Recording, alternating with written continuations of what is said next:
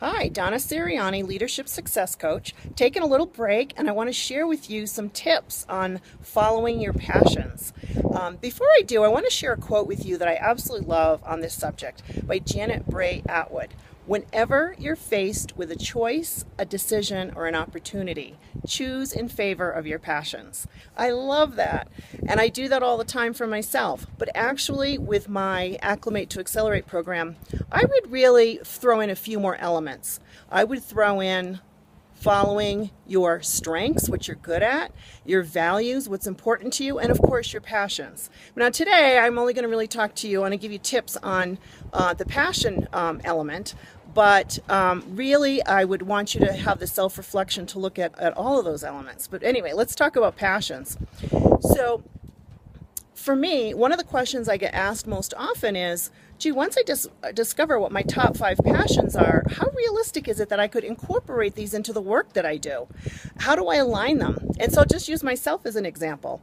When I first did the passion test and discovered my top 5, I'll share 4 of them with you. One was travel internationally. When my life is ideal, I'd be traveling around the world, working with people in different countries. The second one was continuous learning. I love learning and taking courses and growing my capabilities. The third was helping others reach their full potential. And of course, the last one, guess what, was snowboarding, right? Snowboarding as much as I can and as many places as I can.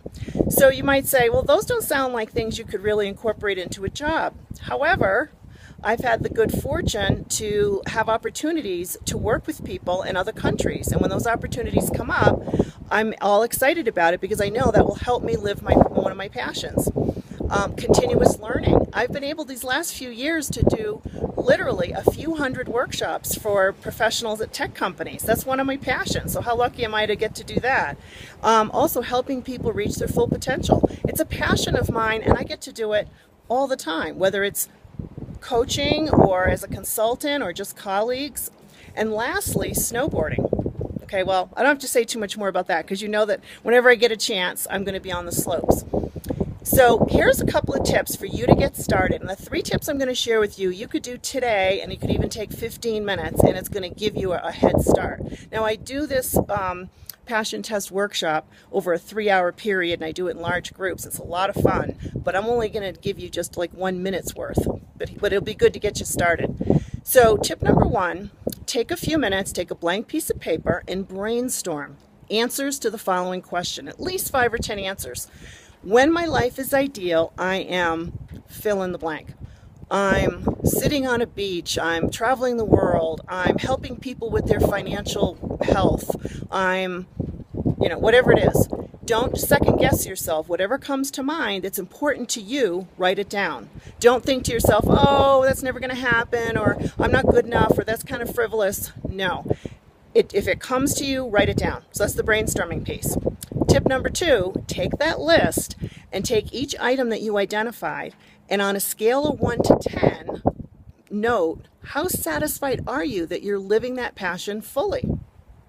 So if you're really living it fully, you'd give it a 10. If you're not doing it really much at all today, maybe give it a 1 or somewhere in between. So I'll give you an example. A few years ago, I wasn't traveling internationally at all, and I was really missing it. I gave it a 1. But then I had an opportunity to work for a company where I was going to get to go to some other countries, do workshops, learn other cultures, learn a lot about a new business. So of course, that was something I could see would directly correlate to my passions. But in any case, if you're doing something. Is it a 10 or is it, kind of lower on the scale?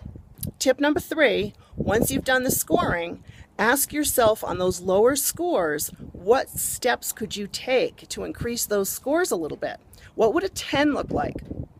So if you see that, let's say you like mentoring people on their financial health, or you really have a desire to inspire young people to transition into their careers, whatever it is that you would really like to do. If you see that that's something you're not doing much of today, how can you move the needle? What steps could you take to do more of that and align some of your free time to that end? Or something you could even do more of at work.